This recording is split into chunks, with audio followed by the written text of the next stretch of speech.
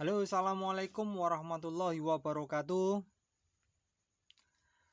Berjumpa lagi dengan Master Agus. Kali ini Master Agus akan membawakan pelajaran bioteknologi yang ditulis oleh Ibu Asmil Muftahor, Sarjana Pendidikan. Sebelum kita lanjut pelajaran selanjutnya, marilah kita berdoa terlebih dahulu. Semoga ilmu yang kita peroleh kali ini bermanfaat buat kalian, keluarga kalian, dan bangsa Indonesia. Berdoa, mulai. Berdoa selesai. Ya, selamat pagi anak-anak. Kali ini Master Agus akan membahas bioteknologi.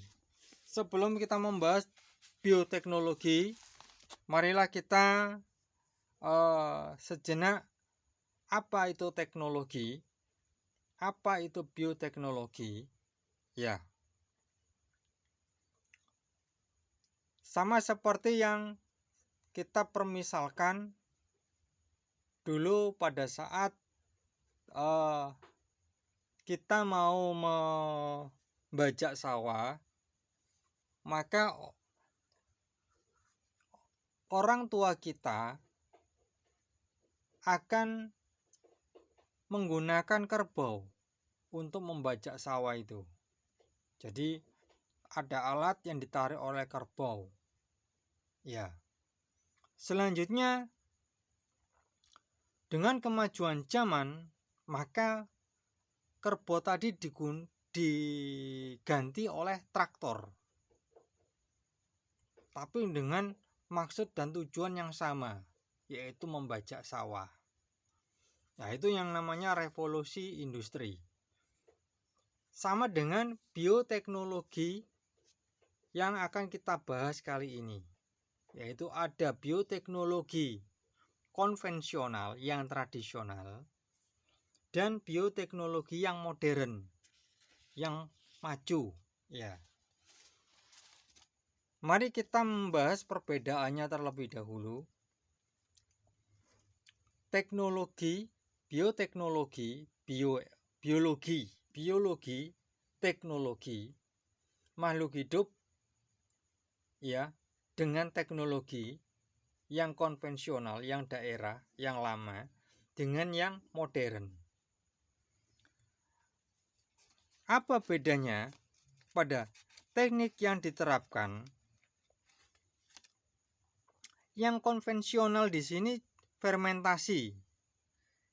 Sedangkan yang modern itu ADN. ADN itu adalah rangkaian zat kimia penyusunnya yang sudah dipotong atau dikombinasi atau dimodifikasi, kemudian disambung lagi ADN-nya dengan yang lama sehingga memperoleh bibit yang unggul di sini dan yang diinginkan. Sedangkan yang konvensional itu masih menggunakan mikroorganisme murni. Ya. Sedangkan yang kedua adalah bagaimana keterlibatan, maaf ini salah. Keterlibatan manusianya.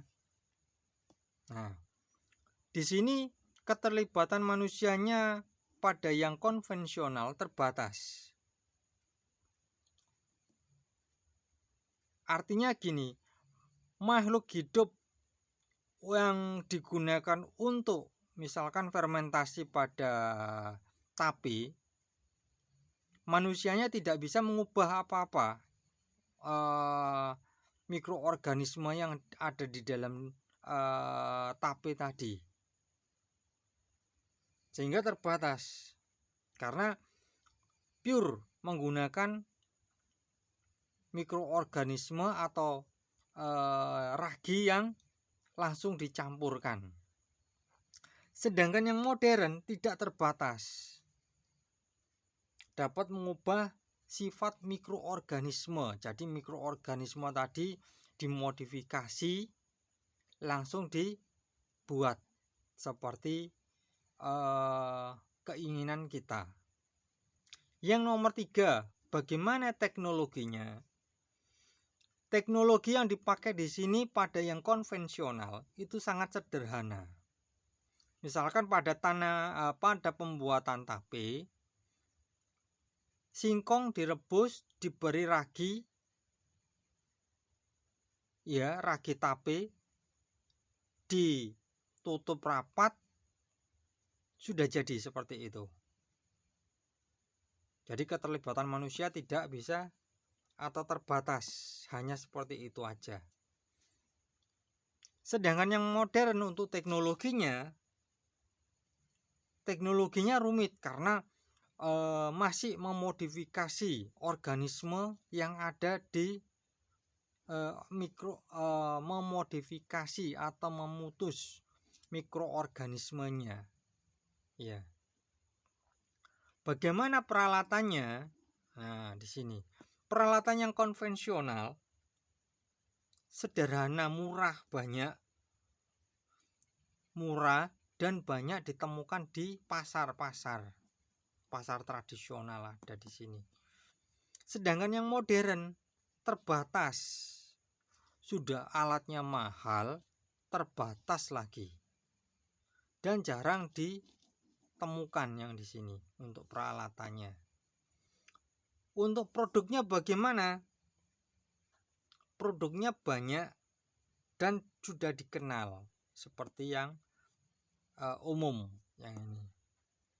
Sedangkan untuk yang modern produknya terbatas dan belum digunakan secara luas karena ada faktor mahalnya, karena peralatan teknologinya itu mahal semua, sehingga produknya juga mahal dan tidak atau jarang orang paham akan teknologi modern ini, bioteknologi modern.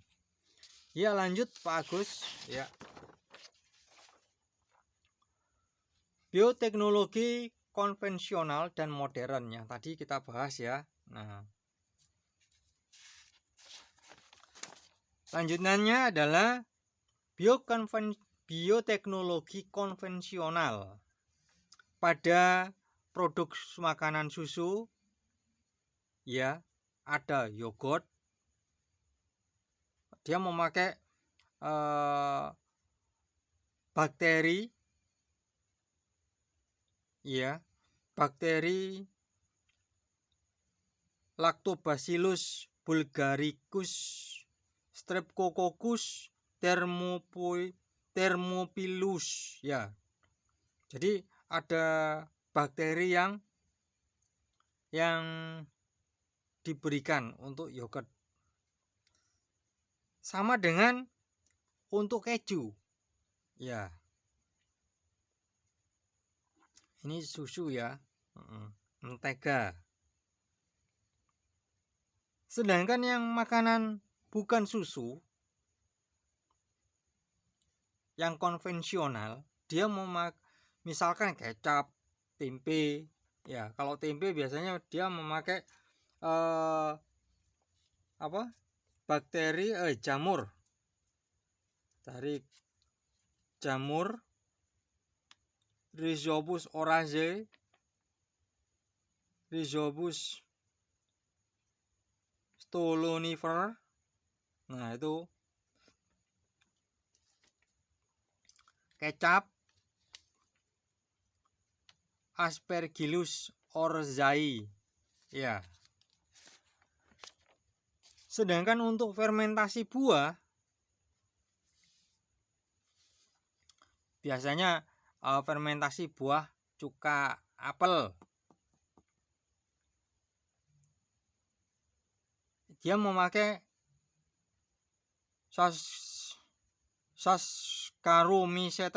Saccharomyces cerevisiae Aerobacter, ya. Dia memakai itu untuk cuka apel. Fermentasinya bersifat aerob, Maksudnya aerob di sini yaitu dia tidak memerlukan udara.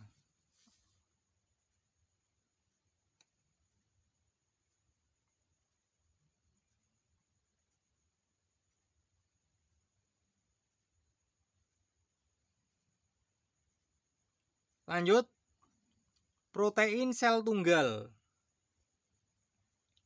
Jamur tape ya. Sedangkan untuk enzim, produksi enzim, biasanya enzim ini digunakan untuk keperluan-keperluan tertentu, misalkan untuk mengempukkan daging, dia memakai enzim dari pepaya, ya.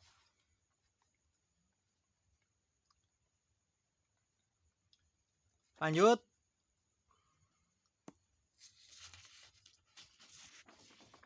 bioteknologi pertanian.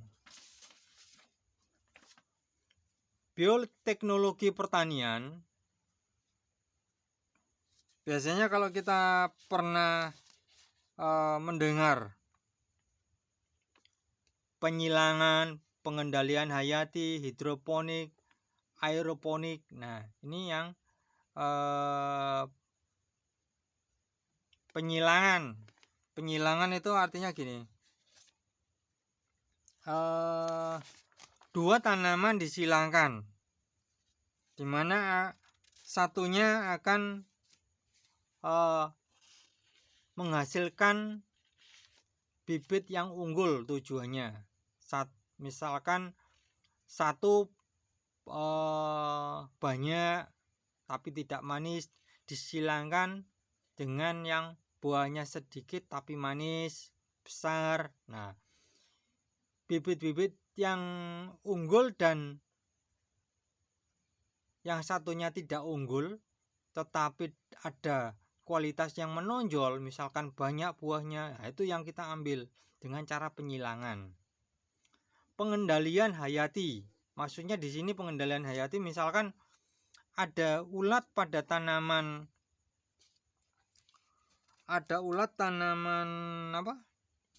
pada tanaman, bagaimana si ulat ini bisa hilang tanpa menyemprot bahan kimia atau insektisida, yaitu dengan memperbanyak jumlah lalat misalkan.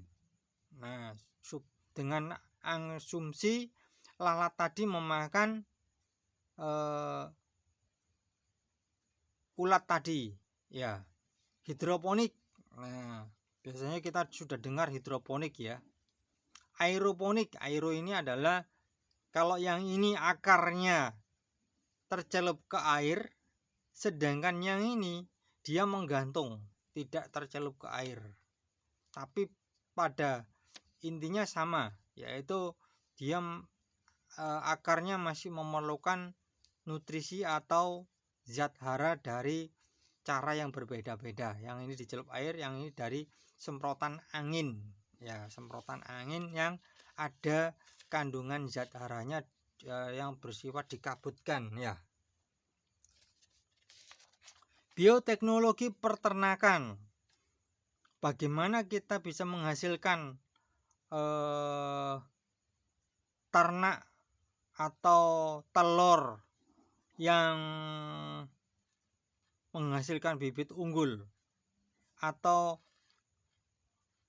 sapi dengan perkawinan yang inseminasi buatan tapi menghasilkan keturunan yang sesuai dengan yang kita inginkan ya. Cloning. Nah, yang ini jarang ya. Jarang kita dengarkan. Cloning dulu pertama kali itu sempat dilarang karena hampir diterapkan pada manusia ya, cloning. Misalkan gini, pertama kali cloning itu adalah domba yang akan dikloning. Cloning itu maksudnya bukan dikawinkan. Cloning itu bukan dikawinkan, tapi dikembangbiakkan dengan cara dikembarkan, yaitu inti sel dari induknya dimasukkan ke sel telur yang akan menjadi ibu asuhnya sel telur tadi, sehingga nanti anak dari cloning tadi sama persis dengan induknya. Yang membedakan adalah usianya saja, mulai dari bentuk badan, warnanya itu sama dengan induknya. Ya, cloning hanya dilakukan pada hewan saja. Ya, kalau inseminasi buatan ini biasanya dilakukan oleh peternak sapi dan peternak ayam. Ya, lanjut.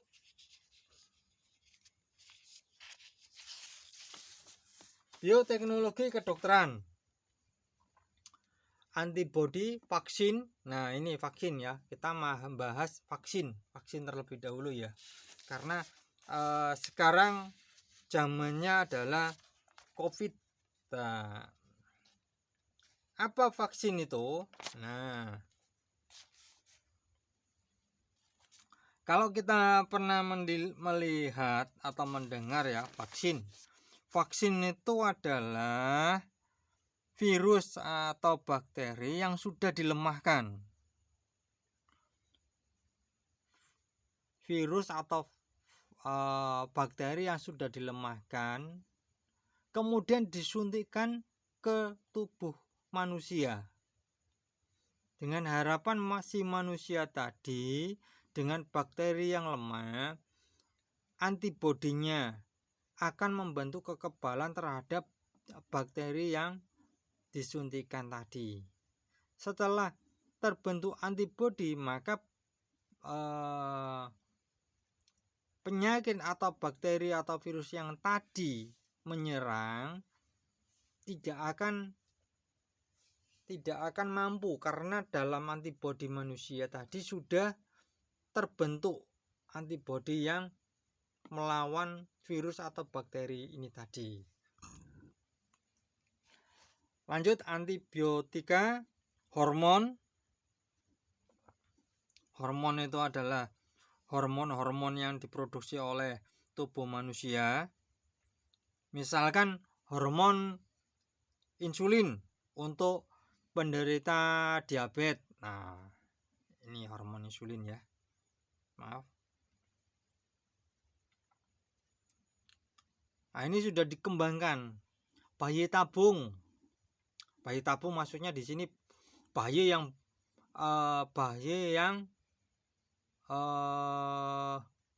pembuahannya di dalam tabung.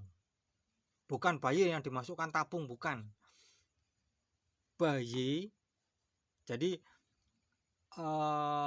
pembuahan sel telur dan spermanya dilakukan di dalam tabung di luar tubuh manusia, kemudian disuntikkan lagi kepada si ibu, ya, dengan harapan pembuahan yang dilakukan di luar tubuh manusia itu dapat berkembang di dalam tubuh manusia tadi, ya, dengan baik. Bayi tabung, penentuan jenis kelamin bayi. Nah, penentuan jenis kelamin bayi biasanya memakai alat apa seperti rongsen, itu apa namanya ya tuh. Tetapi di sini untuk untuk bioteknologi yang modern, maka yang diambil adalah kromosom X dan Y-nya yang diambil dan dimasukkan kembali. Cloning terapi adalah terobosan baru dari kedokteran, sama dengan cloning domba tadi ya. Misalkan untuk penderita penyakit Parkinson itu tubuh manusia yang menderita Parkinson akan selalu bergetar.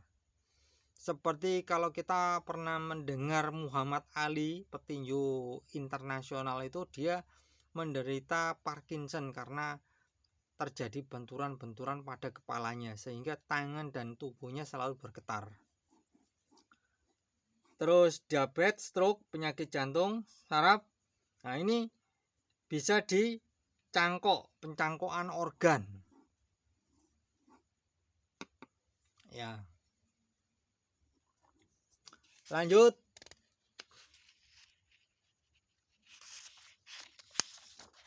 Dampak positif pada lingkungan. Apa dampak positif pada lingkungan? Nah, di sini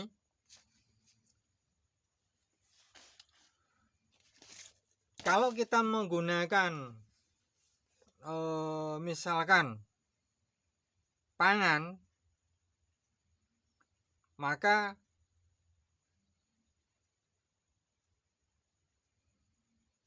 makanan yang kita hasilkan di sini lebih banyak, lebih higienis. Ya. Tetapi tetap seperti itu, alat yang digunakan memang mahal. Ya. Kesehatan. Pada bidang kesehatan apa? Pada bidang kesehatan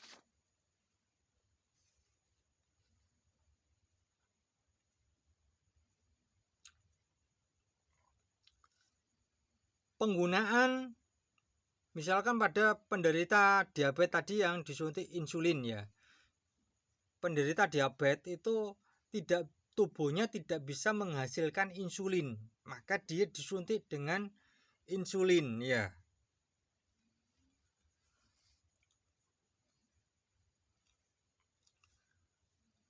Sehingga pada dampak negatifnya, nah ini dampak positifnya, penderita diabetes akan tertolong dengan insulin. Ya.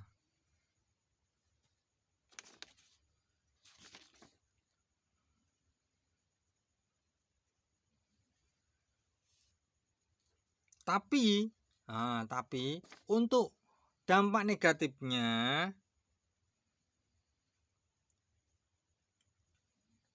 di Indonesia mengatakan bahwa terlalu banyak memakai insulin akan bisa menyebabkan gangguan kesehatan. Ya, bagaimana sosial budayanya? Sosial budayanya dampak positifnya. Pada dampak positifnya yaitu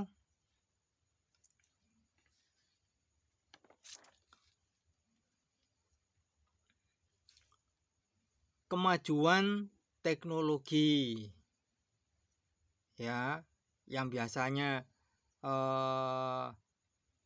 si ibu dan si bapak tadi tidak mempunyai anak, kemudian dengan menggunakan teknologi bayi tabung akhirnya mempunyai anak ya.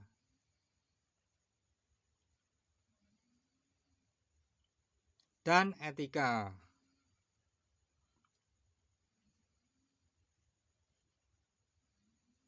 Sedangkan dampak negatifnya dari etika itu misalkan pada cloning tadi ya, tidak ada silsilah keturunan ya. sehingga siapa kakek, siapa bapak, siapa ibu tidak ada, karena di cloning manusia itu, sehingga untuk cloning manusia dilarang. Ya, cloning hanya dilakukan pada hewan, terutama pada domba, diperbolehkan di negara luar. Ya, tugas kali ini yang kalian tunggu-tunggu